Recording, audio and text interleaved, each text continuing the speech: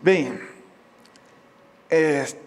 amigável ao visitante. Então é um tema que traz muita polêmica, às vezes, no meio da igreja, porque às vezes parece o que não é e algumas coisas, mas eu não sei se você já se deparou com um crente espanta-bolim.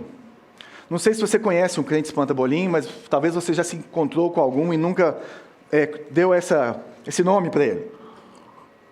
Um crente espanta-bolinho é aquela pessoa que afasta em vez de atrair.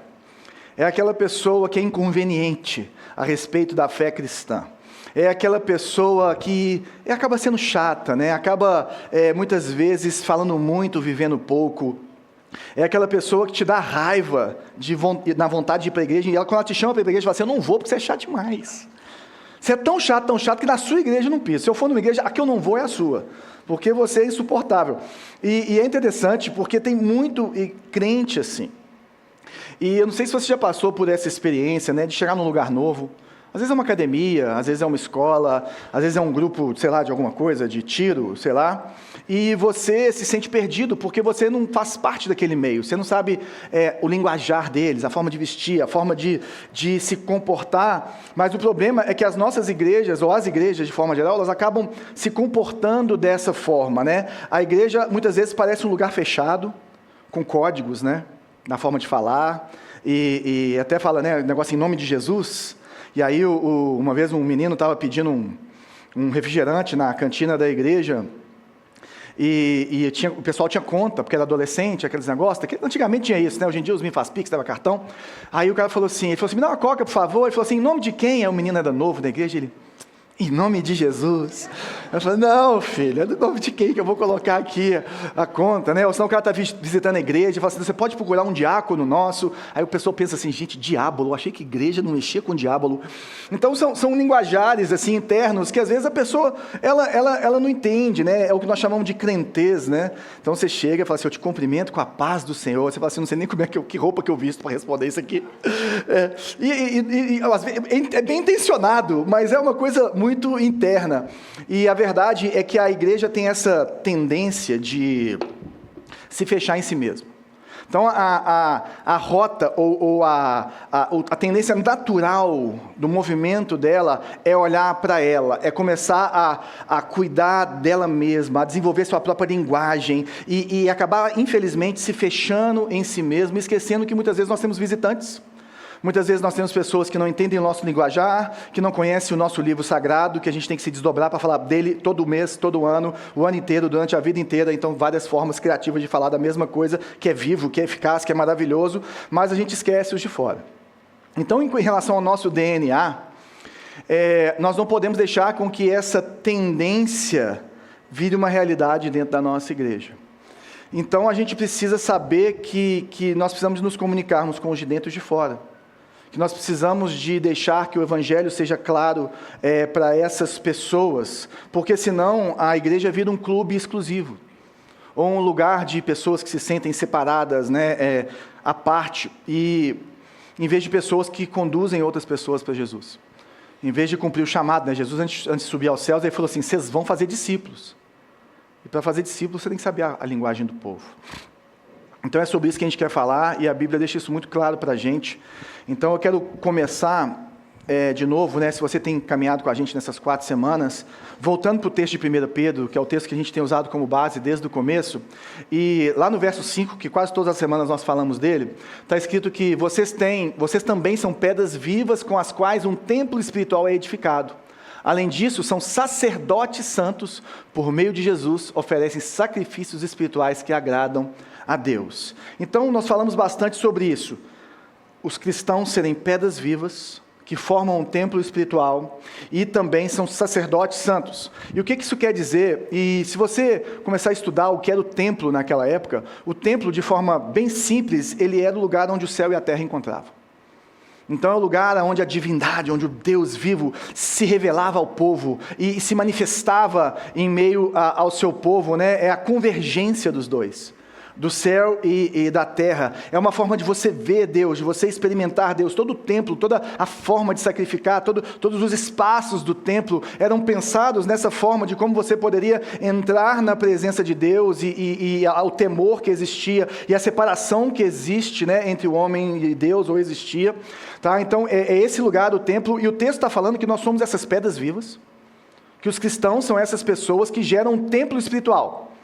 Então ele está falando que existem pessoas que estão em Jesus, e essas pessoas que estão em Jesus, quando elas se reúnem, ou a forma como elas vivem, as pessoas ou outras pessoas podem ver Deus nelas, podem ver o reino de Deus e a sua justiça.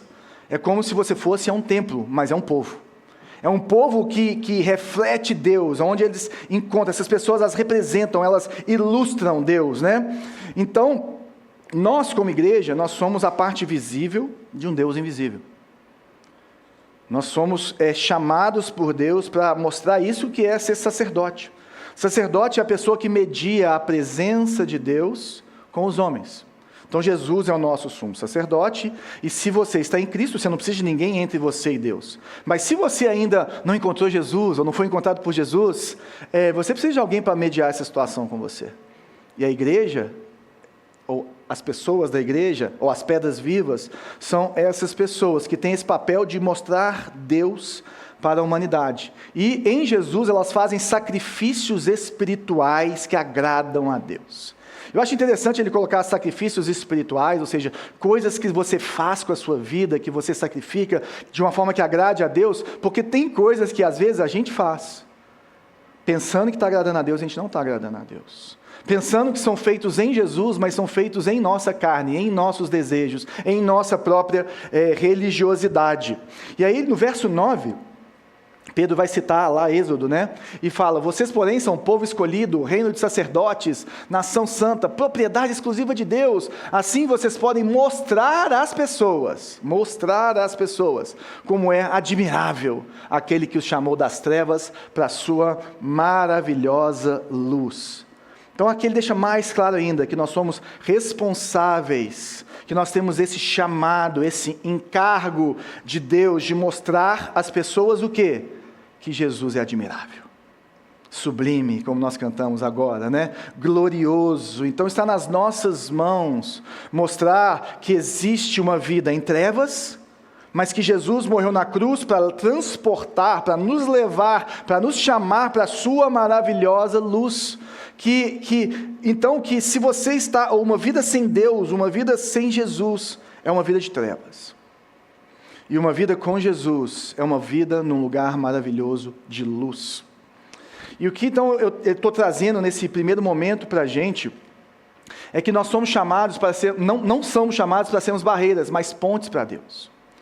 E muitas vezes, por meio da forma como nós falamos, por meio da forma como nós tratamos as pessoas, por meio da forma como nós recebemos as pessoas, nós somos barreiras e não pontes para Deus. É interessante que essa é uma responsabilidade enorme e muitas vezes nós esquecemos disso. Muitas vezes nós fazemos o contrário. Nós falamos: não, para você vir para Jesus, você tem que fazer isso, e vamos criando os muros, e impedindo as pessoas de chegar até Jesus. E andando um pouquinho mais no texto que a gente tem que estar acostumando a ler, em 1 Pedro 2, de 5 a 10, no 11, ele fala assim: amados, eu os advirto que como peregrinos estrangeiros que são, a manter distância dos desejos carnais que lutam contra a alma. Então ele fala: vocês têm que mostrar a luz do Senhor, mas eu preciso alertar vocês que vocês não são desse mundo, vocês são estrangeiros, vocês são peregrinos, vocês foram transportados para o reino de Deus, vocês são embaixadores que representam esse reino, então vocês precisam ter uma postura contracultural dentro dessa cultura, e que vai ter coisas na sua postura que a cultura vai aplaudir, que vocês ajudam os pobres, que vocês doam brinquedos para o projeto Compaixão, ajudar as crianças, independente da religião delas. Uau! Quem que não vai aplaudir isso na nossa cultura hoje? Mas, por outro lado, vocês falam que qualquer cristão solteiro não deve ter relações sexuais antes do casamento, mas isso é um absurdo. Vocês falam que, pelo contrário, né, você deve fazer de tudo para estar em paz com as pessoas. Você não pode mentir, porque você é de Jesus. Então, a gente começa a ter essa contracultura, essas coisas que a cultura aplaude, mas tem coisas que a cultura não aplaude e nunca vai aplaudir, e nós precisamos de ficar firme nesse lugar, esse lugar de peregrino. Eu não sou desse mundo. Né? Você pega povos como os judeus ortodoxos, independente de como é a cultura hoje, o cara vai usar o quepazinho dele, meu irmão, e vai parar no sábado, e não vai trabalhar no sábado, entendeu? E vai pegar as festas judaicas, e vai parar naquele tempo, e ele não está nem aí se você quer que o comércio dele fique aberto ou não está nem aí. Por quê? Porque ele se enxerga como um peregrino, porque ele se enxerga como um estrangeiro. Mas Pedro fala que para sermos esses luzeiros do mundo, a primeira coisa que nós precisamos de olhar é para nós mesmos, e nós temos que manter distância dos desejos carnais. E manter distâncias dos desejos carnais é você manter uma postura de uma vida reverente a Deus. E o primeiro passo para uma espiritualidade saudável é você estar santificando o seu corpo. Então os desejos carnais, essas vontades que nós temos, nós precisamos de lidar com elas, porque elas lutam contra a alma e elas nos afastam de Deus. E é legal ele usar essa palavra, lutar contra a alma, porque ele está mostrando para a gente que é uma guerra diária. É algo que você vai desejar, é algo que se você deixar correr normal e deixar a vida te levar, você vai fazer, você vai consumar. Mas buscando o Senhor, se enchendo de Deus, na sua luta diária, você pode santificar a sua vida. Esse é o primeiro passo para que as pessoas vejam Deus no meio desse templo espiritual que é o povo de Deus. Essa responsabilidade, não de sermos crentes no domingo, mas de sermos crentes todos os dias da nossa vida, em todos os lugares que nós vamos. Esse é o templo espiritual. E aí ele fala, procurem viver de maneira exemplar entre os que não creem. Ué, mas essa parte eu não tinha lido da Bíblia. Assim, mesmo que eles os acusem de praticar o mal, verão seu comportamento correto e darão glória a Deus quando ele julgar o mundo. Olha isso, gente. Viver de maneira exemplar entre os que não creem. E essa palavra exemplar no grego é kalos. E kalos significa de maneira bela, de maneira nobre, de maneira atraente, de maneira apropriada, de maneira admirável. Então ele está falando que se você viver da forma como Jesus te chamou para viver, se você tiver um entendimento correto das Escrituras e viver isso, a sua forma de viver vai ser admirável. Vai ser atraente, a nossa vida vai ser tão bela que ela vai chamar a atenção das pessoas, ela vai ser um testemunho público que vai demonstrar os valores do reino de Deus e da sua justiça, e elas vão ver o nosso comportamento correto, e muitas vezes elas vão nos acusar de praticar o mal, porque algumas coisas que nós fazemos, elas falam, não faz sentido para um ser humano viver assim. Não faz sentido hoje, no século 21, você acreditar nessas coisas e viver dessa forma. É contracultural, mas na hora que Jesus se revelar, vier julgar o mundo, eles vão falar assim, opa, esse povo estava certo. Então essa vida atraente, eles vão ver e eles vão dar glória a Deus. Eles vão ver uma vida que escancara Jesus, que transborda Jesus. Essa semana, eu, a Bela e o Davi tivemos uma reunião online com uma pessoa, e o que mais me impressionou nessa reunião não foi a excelência e a habilidade da pessoa em fazer o que nós estamos chamando ela para fazer com a gente aqui, que mais para frente vocês vão saber. Mas foi o tanto que aquela pessoa transbordava Jesus. O tanto que conversar com ela me dava vontade de chorar e orar. Me dava vontade de glorificar a Deus pela forma como a pessoa colocava as coisas, pela forma como ela falava. E eu ficava, uau! Será que eu consigo fazer, ou ter esse impacto na vida das pessoas? Porque essa pessoa me impactou demais. Me impactou demais com o seu testemunho, com o amor dela pela obra de Deus, pelas pessoas. Eu fiquei, uau, é isso então que eu estou estudando essa semana. É isso que Pedro está querendo falar quando verão o seu comportamento e darão glória a Deus. Que como peregrinos, como estrangeiros, a nossa missão é viver de tal forma que os nativos, os da terra, os de fora da igreja, se sintam atraídos ao Deus que nós servimos, se sintam chamados. Isso que Jesus chamou no Sermão da Montanha de ser luz do mundo e sal da terra. É uma luz que ilumina, que dá direção, que dá clareza, que traz segurança, um lugar de segurança. Mas o sal é alguém que salga, faz com que, quando a pessoa experimenta um pouco de viver com você, ela tenha sede e fome de experimentar do Deus vivo, o tempero que só Deus tem. E também que salga, que mantém algumas coisas sem perecer, que era usado para isso também. Então, gente, viver dessa forma é você chegar num ponto em que as pessoas olhem para você e falam assim, olha, eu não acredito nesse Deus, eu não acredito nesse Jesus, eu acho que você é doido, mas tem algo diferente em você, isso eu não posso negar. Tem uma luz diferente em você, tem uma energia que emana de você diferente. E se for para ser crente, eu quero ser como você. Se Jesus for verdade, foi isso tudo que você está falando, eu quero esse Jesus, e não do espanta-bolinho ali do lado. Eu quero viver esse Jesus. E a pergunta que nós temos que fazer é se nós temos sido assim. Se nós temos sido pontes ou muros para quem ainda não encontrou Jesus. Então, entendendo que existem barreiras e que nós temos que ser ponte, nós precisamos de remover essa barreira. E a igreja primitiva, ali em Atos dos Apóstolos, escrito por Lucas, Lucas escreve o começo da igreja. Como que esse movimento foi se multiplicando, foi crescendo, foi lidando com seus problemas. E logo ali no meio da história, ali em Atos 15, eles precisam se reunir.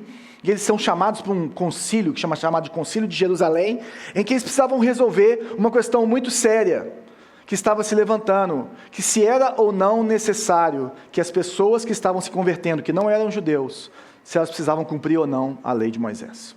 Olha que interessante. Chegaram a Antioquia alguns dos homens da Judéia e começaram a ensinar aos irmãos: a menos que sejam circuncidados, conforme exige a lei de Moisés, vocês não poderão ser salvos. Então eles estão colocando a salvação atrelada à circuncisão. Paulo e Barnabé discordaram deles e discutiram energicamente. Por fim, a igreja decidiu enviar Paulo e Barnabé a Jerusalém, acompanhados de alguns irmãos de Antioquia, para tratar dessa questão com os apóstolos e presbíteros. Então, assim, vamos lá para o QG para resolver, né? A igreja, portanto, enviou seus representantes a Jerusalém. No caminho, eles pararam na Fenícia e em Samaria para visitar os irmãos e contaram que os gentios também estavam sendo convertidos, o que muito alegrou a todos. Quando chegaram a Jerusalém, foram bem recebidos pela igreja, pelos apóstolos e pelos presbíteros e relataram tudo que Deus havia feito por meio deles. Contudo, alguns dos irmãos que pertenciam à seita dos fariseus se levantaram e disseram: é necessário que os convertidos gentios sejam circuncidados e guardem a lei de Moisés. Os apóstolos e presbíteros se reuniram para decidir a questão. Então, esses irmãos, esses crentes de verdade, são chamados de irmãos. Quando chama de irmão, quer dizer que a pessoa aceitou Jesus. Mas qual que era a raiz? De onde que essas pessoas vieram? Eles vieram da seita dos fariseus, eram pessoas extremamente ligadas ao cumprimento da lei, eles eram chatos com isso. Então nós temos que ver que as pessoas chegam a Jesus com suas culturas. Você vem de um background católico, espírita e por aí vai, ateu. E essas pessoas começam a trazer a sua cultura para aquilo, e principalmente os judeus, porque a salvação veio do meio dos judeus, Jesus veio dali. Então eles falavam assim: olha, gente, não tem como, vocês, essas pessoas precisam cumprir a lei, não é só Jesus. Então o que eles estavam fazendo? Impondo uma barreira. E qual que era a barreira? Que a pessoa tinha que ser circuncidada e, além de tudo, tinha que seguir a lei. E por que eles estavam tão convictos com isso? E é interessante a gente entender, porque Deus, lá atrás, no começo da história de Israel, ali no começo do Sinai, Ele dá a lei para Moisés. E a lei, ela vem justamente para que o povo fosse visto como um povo à parte da cultura, como estrangeiros e peregrinos, como Pedro tinha falado. Então era importante que essa cultura não se misturasse com outras culturas. Então eles tinham, por exemplo, leis cerimoniais, que se ele encostasse num gentio, ele estava impuro para poder ter o seu relacionamento com Deus. Se ele comesse tais tipos de comida, ou se assentasse e comesse comidas sacrificadas a ídolos e tudo mais, ele estava impuro. E isso era uma forma de Deus manter o seu povo à parte, manter o seu povo separado, o seu povo distinto, para que ele fosse luz para as nações. E isso era bom. Só que isso virou um empecilho em algum momento em que aquilo virou um fim em si mesmo. Porque essas leis que visavam a não contaminação de Israel com os outros povos e os outros deuses, começaram a atrapalhar o relacionamento, Israel de ser essa luz das nações. Aí vem Jesus, e o que Jesus faz? Jesus cumpre a lei. Então, se Jesus cumpriu a lei, não é mais necessário ter esse distanciamento. Não precisava mais de você ter que cumprir todas as leis cerimoniais para você ficar puro em relação a Deus, para você se relacionar com Deus. Aquilo que existia lá atrás era uma sombra, era um espelho, algo que apontava para Jesus. E Jesus já tinha concretizado isso. E essa que é a discussão. Então, qual que é o lugar da lei? Mas é interessante porque se nós estivéssemos no lugar deles, talvez nós fôssemos assim. Porque eles cresceram dessa forma, eles foram criados dessa forma, é assim que se relaciona com Deus, é assim que se faz as coisas para Deus. Nós vivemos assim durante séculos. E como é que muda de uma hora para outra? Não é fácil mudar a cultura, gente. É só se casar para você ver como é que cada um tem a sua cultura, e é complicado para lidar com essas coisas. E aí Pedro continua. Depois de uma longa discussão, Pedro se levanta e se dirigiu a eles dizendo: irmãos, vocês sabem que há muito tempo Deus me escolheu dentre vocês para falar aos gentios, a fim de que eles pudessem ouvir as boas novas e crer. Se você ler Atos, capítulo 10 e 11, você vai entender o que ele está falando aqui, tá? Deus conhece o coração humano e confirmou que aceita os gentios ao lhes dar o Espírito Santo, como o deu a nós. Não fez distinção alguma entre nós e eles, pois purificou o coração deles por meio da fé. Pedro é incisivo. Ele fala assim, olha, Deus não faz distinção entre nós e eles. Por que ele não fez distinção? Porque ele deu o Espírito Santo, porque ele purificou o coração deles. E aí sim ele entra no X da questão, purificação. Porque a lei cerimonial era para purificação. Só que ele falou assim, vocês não precisam fazer mais nada externamente em relação à salvação de vocês, para serem aceitos por Deus, porque Deus já fez isso no coração de vocês. Deus já circuncidou o seu coração. Então em Jesus, se você está em Jesus, se você creu no Evangelho, isso é suficiente, e só isso que importa. Jesus cumpriu tudo isso. Então, irmãos da seita dos fariseus, por favor, não adicionem um mais ao Evangelho. Não é Jesus mais a lei, não é Jesus mais a circuncisão, como nós falamos no primeiro dia dessa série sobre o Evangelho, a importância do Evangelho, ou no segundo dia, não sei, segundo dia. E aí ele continua, então, por que agora vocês provocam Deus, sobrecarregando os discípulos e gentios com um jugo que nem nós, nem nossos antepassados conseguimos suportar? Ele fala que adicionar um mais ao Evangelho é sobrecarregar. Ele está falando assim, vocês estão exigindo que essas pessoas cumpram a lei, sendo que nenhum de nós nunca conseguiu cumprir a lei. Sendo que nenhum de nós conseguiu se purificar pela lei, ser aceito por Deus por causa da lei. E nós acabamos fazendo isso na igreja, gente. Sobrecarregando as pessoas, colocando um monte de regra na entrada da igreja. A pessoa creu, a pessoa nasceu de novo, é lógico, nós não conseguimos ver o coração, como Pedro fala. Então, muitas vezes, nós vamos ter uma dificuldade de discernir se a pessoa nasceu de novo ou não, e muitas vezes, na maioria das vezes, nós vamos ver por coisas externas. Eu não estou falando disso, mas, por exemplo, em relação ao batismo, a Bíblia fala que se você nasceu de novo, você deve se batizar. É uma coisa que deve nascer no seu coração, é um desejo, são as duas coisas que Jesus pediu, batismo e ceia. Batismo depois da conversão e ceia toda vez que nós nos reunimos em nome dele. Então você deve se batizar, mas aí a gente fala assim, não, mas espera aí, mas você fuma. Como é que você vai se batizar fumando? Mas e esse decote aí que você usa? Como é que você vai se batizar usando um decote assim? E essa barriguinha de fora? E esse relacionamento que você tem aí? Gente, eu entendo de onde vem isso. Eu entendo. Agora, sabe de onde vem o meu temor? Eu vou abrir meu coração para vocês. Eu tenho muita dificuldade de colocar regras ou não botar para dentro do nosso povo, que o batismo é uma cerimônia que mostra que a pessoa é dos nossos, alguém que Deus já colocou para dentro. Porque imagina, se essa pessoa nasceu de novo, porque se você já nasceu de novo, você vai saber o que eu estou falando. Você não estava tão santo como você é hoje. Você tinha várias questões para serem resolvidas. Você tinha se, tipo assim, Jesus te aceitou como você estava, meu irmão. Aí vem a igreja, e outra coisa, se nasceu de novo, pode batizar, é ou não é verdade? Porque se Jesus está dentro de você, como é que eu vou falar que ele não está? E essa é a minha dificuldade. Eu sei que discernir isso é muito difícil. Mas a minha dificuldade, e eu acho que é a dificuldade que esse povo está vivendo aqui, é como que nós vamos falar não para alguém que Jesus já botou para dentro do movimento. Como é que eu não batizo uma pedra viva? Porque uma coisa é nascer de novo, outra coisa é começar o seu processo de viver como Jesus. E a igreja precisa discernir isso. E nós precisamos discernir isso. Sabe por quê? Porque Pedro está falando que isso é provocar a Deus. Isso é muito sério. Aí eu penso, qual o jugo que nós estamos colocando nos outros? Qual o jugo? Continuando o texto.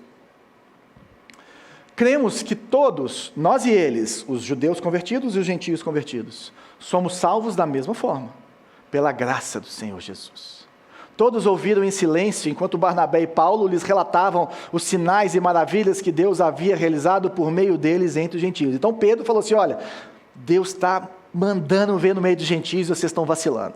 Aí chega Paulo e Barnabé e fala assim, vocês não têm noção do que Deus está fazendo, não. Aí ficam os religiosos e falam assim, mas eles circuncidaram? Mas e essa roupa aí? Deus não converteu, não? E esse linguajar aí? Gente, o que ele está falando é que se nem os judeus foram salvos por cumprir a lei, para que vai exigir isso dos outros? E ele fala que a graça de Deus que alcançou. Sabe o que é graça de Deus? É um favor de Deus, é um presente de Deus. A morte de Jesus na cruz é um presente de Deus para você. Foi caro, custou o melhor do céu, custou o Filho de Deus. Foi muito caro, não é barato, mas é de graça. Porque Jesus te aceita como você é. E Jesus está disponível para todas as pessoas que se colocarem nesse lugar de entender que Ele é Deus e se arrependerem dos seus pecados, entenderem que são pecadores e que a graça de Deus, o favor de Deus é mais do que necessário para que eles sejam salvos.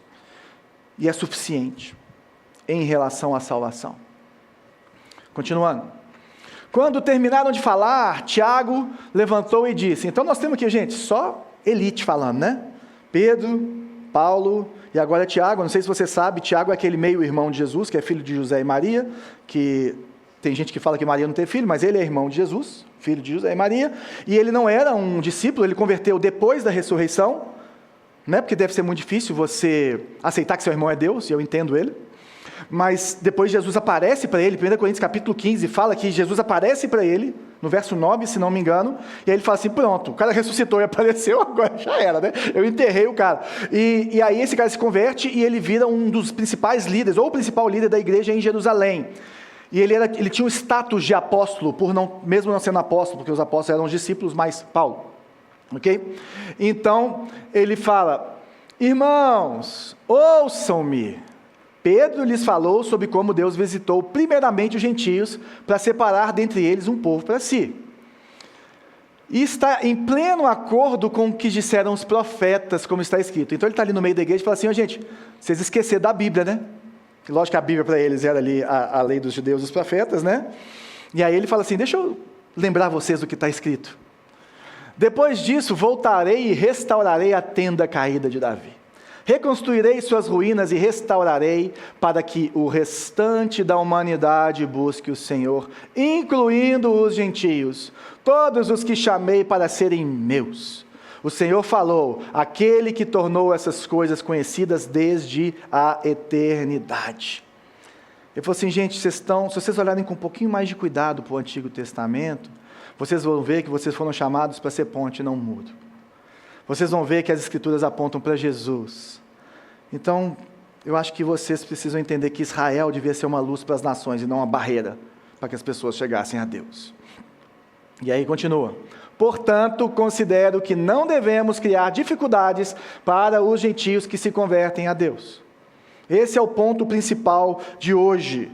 que é nos lembrar que a nossa missão não é por dificuldade. Pelo contrário, a nossa missão é tirar as dificuldades, remover as barreiras, dar um jeito para que o Evangelho fique claro, a pessoa de Jesus apareça, e isso não é natural, porque nós nos tornamos religiosos. O natural é nos preocuparmos só com os de dentro. O natural é nos fecharmos. O natural é queremos proteger as pessoas para que elas não sejam contaminadas pelo mundo, não é? E fiquem ali no nosso gueto gospel. Mas não é isso que as Escrituras mostram, não é isso que Jesus orou. Ali em João 17, ele fala assim: ó Deus, eu estou orando a última coisa aqui antes de eu ir para o Getsemane. Ele fala assim: eu não oro que os tire do mundo, mas que os livre do mal. E antes disso ele falou assim: a forma como eles se relacionarem vai ser a forma como Deus, as pessoas vão ver Deus. A forma como nós nos relacionamos. Se não queremos colocar barreira para as pessoas que estão se convertendo, nós precisamos ser intencionais. Nós precisamos de todos os dias lembrarmos que o caminho natural é nos fecharmos, complicarmos o caminho. Então, gente, lembre-se disso. Considero que não devemos criar dificuldades para os gentios que se convertem a Deus. Considero que não devemos criar dificuldades para a pessoa que vota diferente de você para vir a Deus. Considero que não devemos colocar dificuldade para as pessoas que torcem para o time diferente de você, ou para pessoas que enxergam a vida diferente de você, que se convertam, que frequentem a sua igreja, que sentem ao seu lado, que comam na sua mesa. Você está entendendo? Porque a sua missão é maior do que a sua visão política. Porque a sua visão é maior do que o seu time do coração, do que o seu lugar social. Porque a nossa missão é tirar barreiras para que as pessoas possam ver Deus e não ficar brigando por aí por coisas passageiras e pessoas corruptas. Porque o incorruptível que se revelou é Jesus Cristo, meu irmão. E Ele é muito mais importante do que qualquer outra preferência que eu e você tenhamos nessa vida. E nós precisamos acordar para isso, porque senão nós vamos só olhar para o hoje. E Jesus Cristo está aí para sempre. E nós estamos afastando pessoas, porque elas não têm a mesma preferência, ou às vezes não tiveram a luz que você tem. Então, se você considera a pessoa que pensa diferente de você um fraco, lembra do que Paulo falou: eu me fiz fraco com os fracos, para alcançar a todos. Ao contrário, devemos escrever a eles, dizendo-lhes que se abstenham de alimentos oferecidos a ídolos, da imoralidade sexual, da carne de animais estrangulados e do sangue, pois essas leis de Moisés são pregadas todos os sábados nas sinagogas judaicas, e em todas as cidades há muitas gerações. Gente, olha qual que foi a conclusão desse povo. É muito importante a gente olhar com calma para isso. Eles colocaram basicamente duas regras, né? Mas essas duas regras, ou essas poucas regras, elas não têm nada a ver com salvação. A salvação está só em Jesus. Elas têm a ver com se fazer fraco com fraco. Elas têm a ver com amor e testemunho.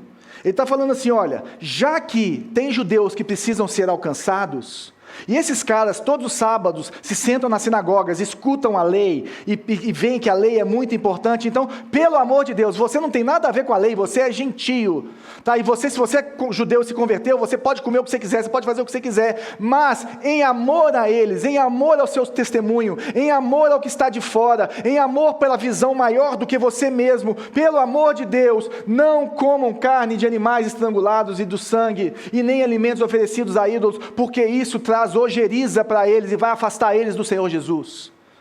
Não é que você não pode, é porque você quer ser ponte e não barreira. Agora, em relação aos gentios, nós precisamos de continuar com uma distinção.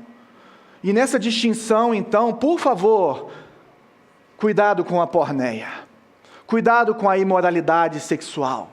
Mantenham a pureza sexual em relação à sua forma de ver a vida, de viver a vida, e aquilo que Cristo nos ensinou e que a lei nos ensina também. Mantenham isso intacto, porque isso vai deixar vocês distintos desses povos. Duas regras: não escandalize os judeus com o que você come, e mantenha a pureza sexual, que vai te diferenciar da cultura pagã. O que nós podemos fazer hoje? Como que nós vamos viver esse princípio de remover todas as barreiras necessárias para que o Evangelho seja claro? De sermos peregrinos, estrangeiros, Quais são as barreiras que existem hoje no Brasil para o avanço da igreja? Mau testemunho dos crentes, é ou não é verdade? Política acima da mensagem do evangelho, é ou não é verdade? Escândalos financeiros dentro das igrejas e os políticos também crentes, é ou não é verdade? Legalismo, pessoas que colocam um monte de barreira para os outros irem para Deus e não sei o que, você tem que fazer isso, tem que se vestir assim, papapá. E o desinteresse enorme dentro do povo de Deus de levar pessoas para Cristo. Porque nós estamos muito ocupados com a nossa missão de viver a nossa vida. Essas são as barreiras. E o que acontece é que as pessoas hoje em dia têm uma visão terrível dos crentes. Tem uns que querem virar crente porque é modinha, porque fica bonitinho e tal, não sei o que e tal, influência, mas, por outro lado, eles têm uma visão terrível de ser crente. E que pastor rouba, que abre igreja para ser milionário, e que se mancomunam com pessoas para terem seus favores. E o que nós precisamos de pensar é que se cria uma barreira para que o evangelho seja pregado, ou se cria uma barreira para que haja unidade na igreja, eu devo continuar fazendo? Eu devo abraçar isso? Então, nossa vocação, ser ponte. A nossa decisão, remover as barreiras desnecessárias. Agora, como que nós vamos viver isso? E o Andy Stanley tem uma frase maravilhosa. Ele fala, precisamos ter o propósito, a postura e a forma de Jesus. Propósito, postura e forma de Jesus. O que é o propósito de Jesus? Jesus fala que o Filho do Homem veio para buscar e salvar o perdido. Várias vezes Jesus teve motivações ou pessoas querendo arrastar ele desse lugar, querendo fazer com que ele virasse um líder político em relação a Roma. O diabo, tentando Jesus, ele ofereceu para ele poder, ofereceu para ele tudo, e Jesus respondeu ele com a palavra. Então, Jesus ele não tirou o olhar do seu chamado, daquilo pelo qual ele se tornou homem, que era salvar o perdido. E a nossa meta, ou a nossa missão, não é ganhar as discussões das pessoas para provar que a gente está certo, por mais que nós possamos conversar e dialogar. E eu falo que a partir do momento que nós começamos a falar sobre o outro e não sobre o problema, acabou a discussão e virou briga. Mas enquanto nós temos argumentos, está tudo bem, eu estou dentro, vamos bater papo, não é verdade? Agora, nós não estamos aqui para provar que nós estamos certos, não, meu irmão. Nós estamos aqui para conectar as pessoas com Deus. E muitas vezes perder é ganhar. Porque se você lembrar qual que era a postura de Jesus, não era de um religioso metido, nariz em pé, como eram os fariseus. Era de um servo sofredor e humilde. É interessante que Jesus gostava das pessoas que não eram como ele, e elas gostavam dele também. Quem que era como Jesus naquela época? Ninguém. Mas ele gostava das pessoas e ele atraía as multidões, pela sua forma de falar, pela sua forma de agir, pela sua misericórdia. E diferente dos religiosos, ele comia com os pecadores. E ele, como um judeu, isso era muito pior do que você comer com alguém que você discorda hoje. Jesus, ele tocava nos leprosos, o que tornaria uma pessoa impura, acho que por 7 dias. E ela teria que fazer todo um processo de restauração da sua purificação cerimonialmente. Não, pelo contrário, em quem Jesus tocasse, essa pessoa era purificada. E se o Espírito Santo está em você, se Jesus circuncidou o seu coração, onde você tocar vai ser purificado, meu irmão. Aonde você passar com a sua cultura, a luz do Senhor vai estar ali. Porque Jesus veio para servir e não para ser servido. Porque Jesus veio para salvar os perdidos e não para ganhar as discussões. Tanto é que as pessoas perguntavam para Jesus, e Jesus, em 95% das vezes, perguntava de volta. Ele não queria ganhar discussões, ele queria fazer as pessoas pensarem e entender que ele era Deus. Olha o que Paulo fala aos Colossenses a respeito das pessoas que não conhecem a Deus. Vivam com sabedoria entre os que são de fora e aproveitem bem todas as oportunidades. Que suas conversas sejam amistosas e agradáveis, a fim de que tenham a resposta certa para cada pessoa. O que é viver com sabedoria? É o contrário do que muitas vezes a igreja é. A igreja, predominantemente, ela é conhecida por aquilo que ela é contra. ela não é verdade, e não pelo que ela é a favor. E se nós fizéssemos uma escolha intencional de começarmos a falar para a nossa cultura e para os nossos vizinhos e para as pessoas que convivem com a gente, tudo o que nós somos a favor e que eles também são a favor. E começarmos a dar destaque nas boas obras e naquilo que a cultura aprova, para que nós possamos criar pontes e não barreiras. E não ficar com esse tipo de conversa. Outro dia uma pessoa estava conversando comigo sobre uma situação que ela discordava de outra pessoa. Eu falei assim, qual que é o seu objetivo? Ou para que Deus te chamou para estar na vida dessa pessoa? Para ganhar a discussão dela ou para edificar a vida dela? Ela falou, para edificar a vida dela. E é muito importante você ganhar esse argumento dela? Ela não é. Eu falei, então esquece. Foca no mais importante. Continua caminhando. Vai que daqui a pouco, depois de tudo que você for construindo junto com ela, e Deus vai construir na vida dela, ela possa enxergar o que você está enxergando. Mas isso não é mais importante agora. Mais importante é outra coisa. Sabedoria, escolher o que você vai, que guerras que você vai lutar. Paulo fala assim, eu combati o bom combate. Se ele fala que ele combateu o bom combate, quer dizer que tem combates que não são bons. Tem lutas que não vale a pena. Escolha as boas lutas e faça ou se relacione com conversas amistosas e agradáveis, que é muito difícil para a gente. A sabedoria com os de fora envolve ação e palavra. E por isso que o molho secreto do cristianismo não é a nossa doutrina, por mais que a doutrina é super importante, porque o que você come vai ser o que você vai viver. Não é a nossa paixão na adoração que nós expressamos aqui, por mais que isso seja um resultado de corações que estão conectados com o Senhor. O mais importante é como nós nos relacionamos uns com os outros. E se você duvida disso, estude João de 13 a 17, e depois a gente conversa.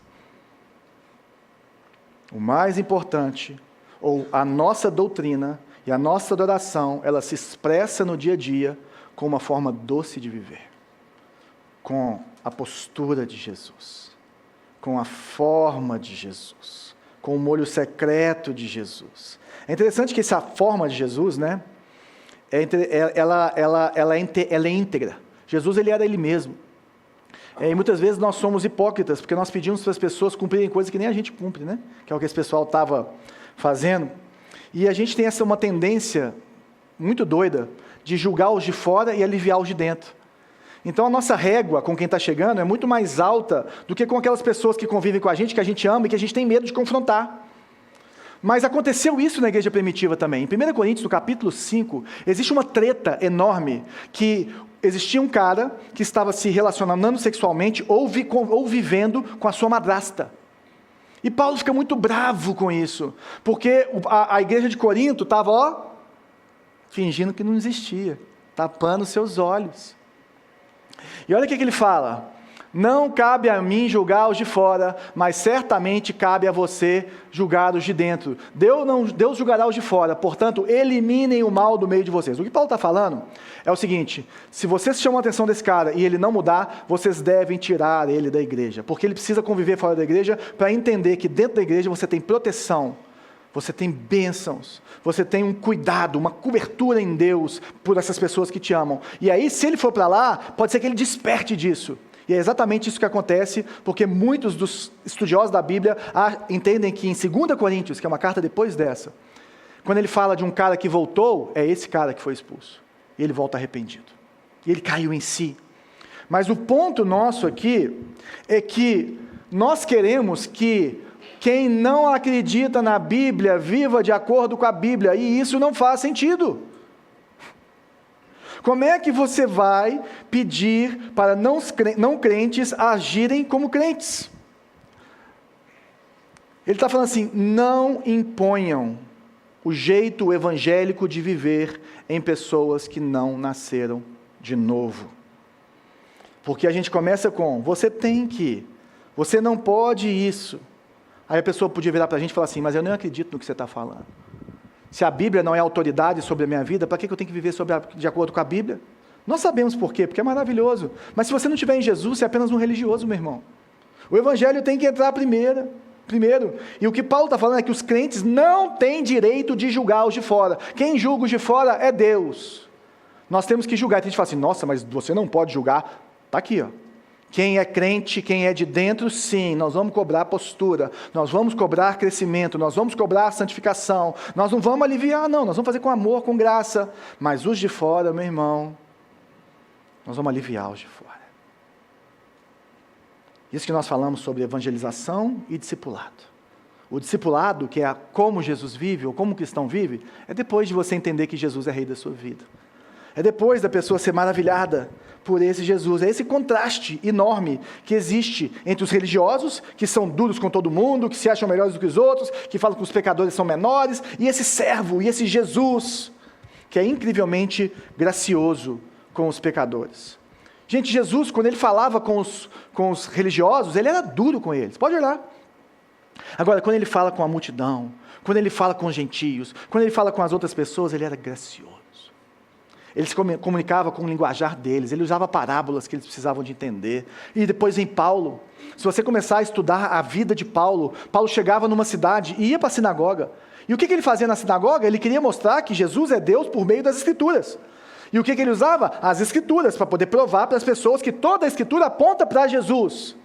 Mas se você olhar Paulo no meio dos gentios, por exemplo, em Atos no capítulo 17, ali no meio dos sábios, no Areópago, ali na Grécia, né, em Atenas, ele olha, ele estuda a cultura, ele fala assim, eu estava passando por aqui e vendo o tanto de Deus que tem aqui. O Areópago era um lugar de filósofos discutirem.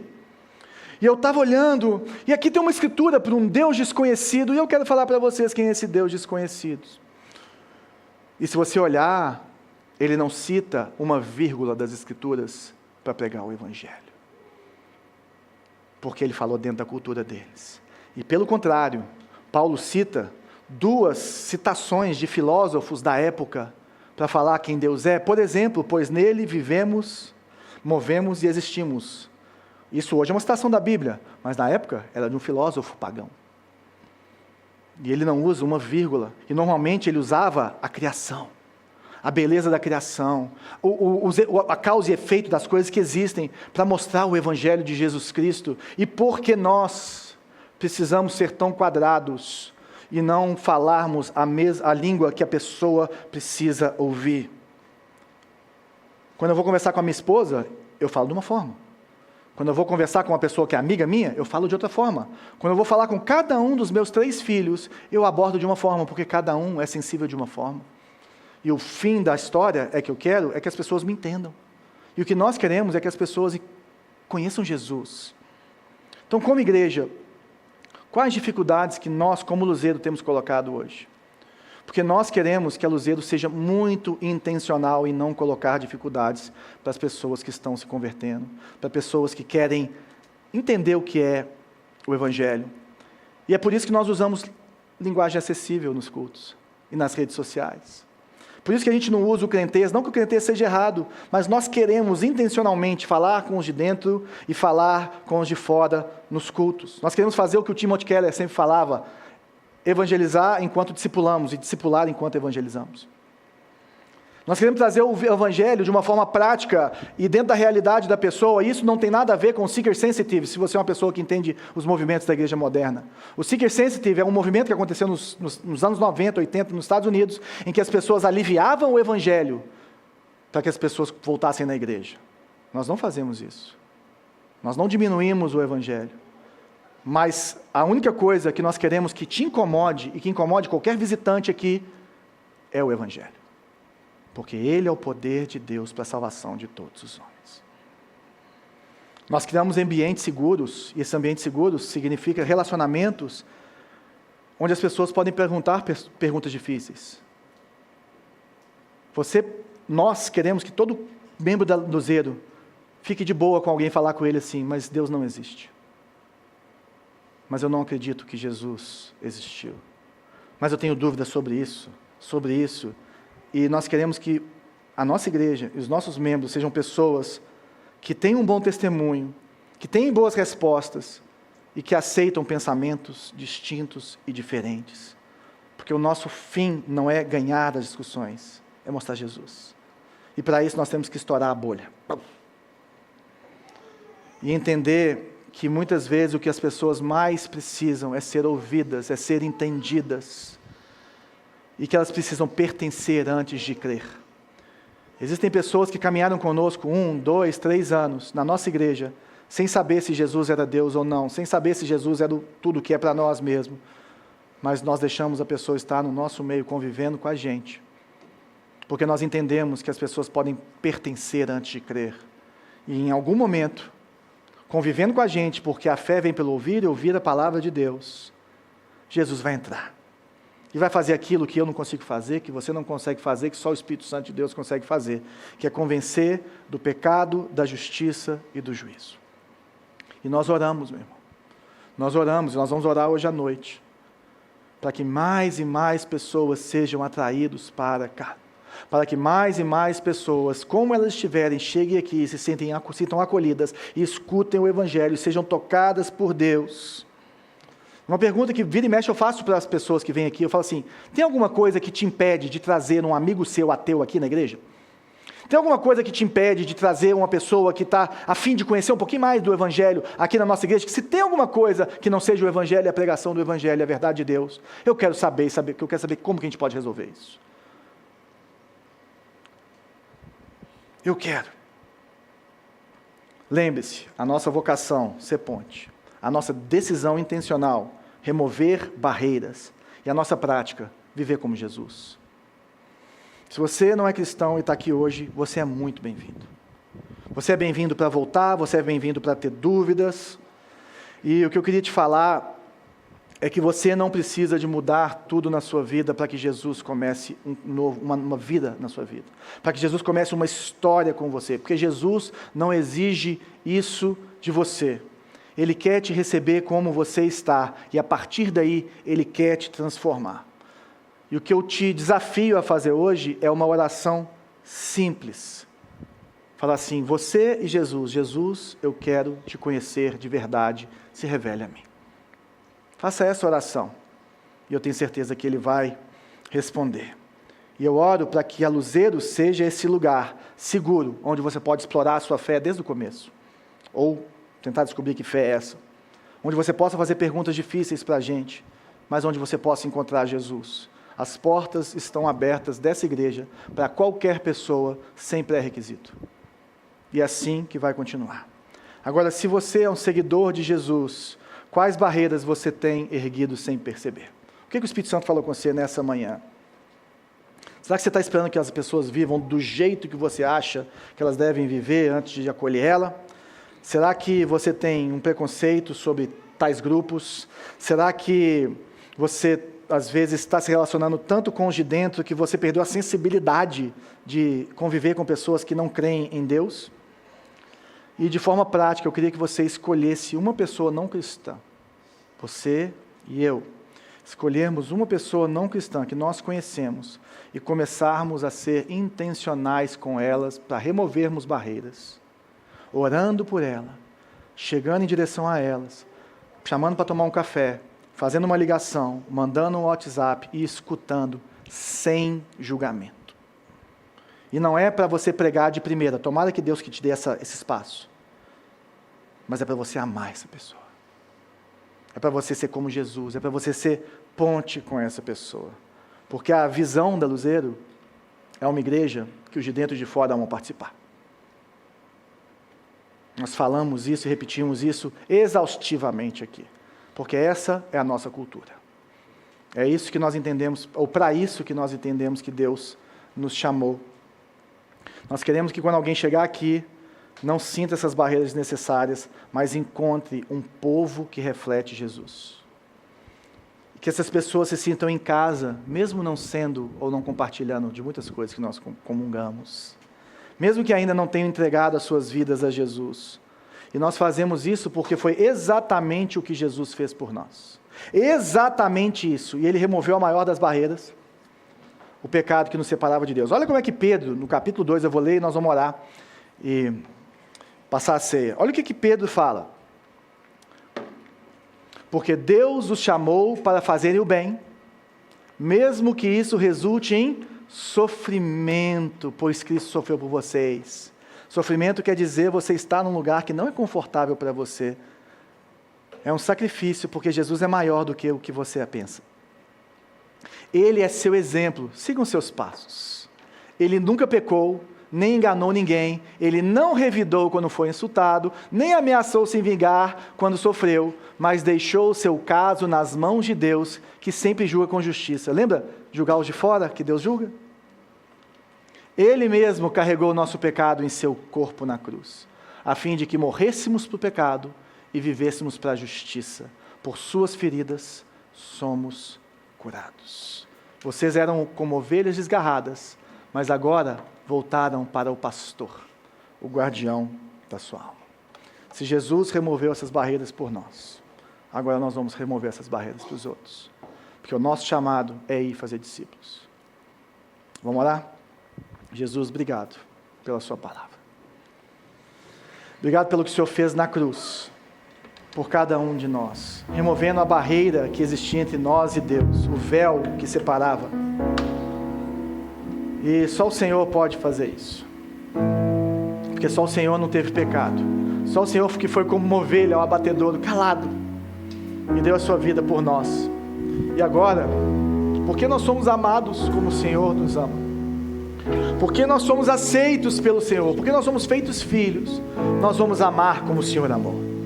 Nós vamos sair por esse mundo, levando o amor do Senhor e muitas vezes sofrendo, carregando a nossa cruz, porque o nosso objetivo maior é que as pessoas sejam atraídos pelo autor e consumador da nossa fé. E é por isso que nós precisamos ser amigáveis com o visitante. É por isso que nós precisamos ser bem intencionados e ter paz com todos. E no que depender de nós, as pessoas que não te conhecem vão te conhecer, porque nós vamos viver para o Senhor, matando os desejos da alma, os desejos pecaminosos, acabando com a imoralidade sexual no nosso meio, respeitando a cultura, se fazendo fraco com fraco, forte com forte, tudo para todos, para que Cristo esteja em todos e todos vejam a Cristo em nome de Jesus. Pai, vem sobre as nossas vidas e nos ensina o que é viver para o Senhor de verdade. Nos ensina a ser essa igreja que os de dentro e de fora amam participar. Nos ensina como família a sermos famílias que são luzeiros aonde o Senhor plantou. Em nome de Jesus.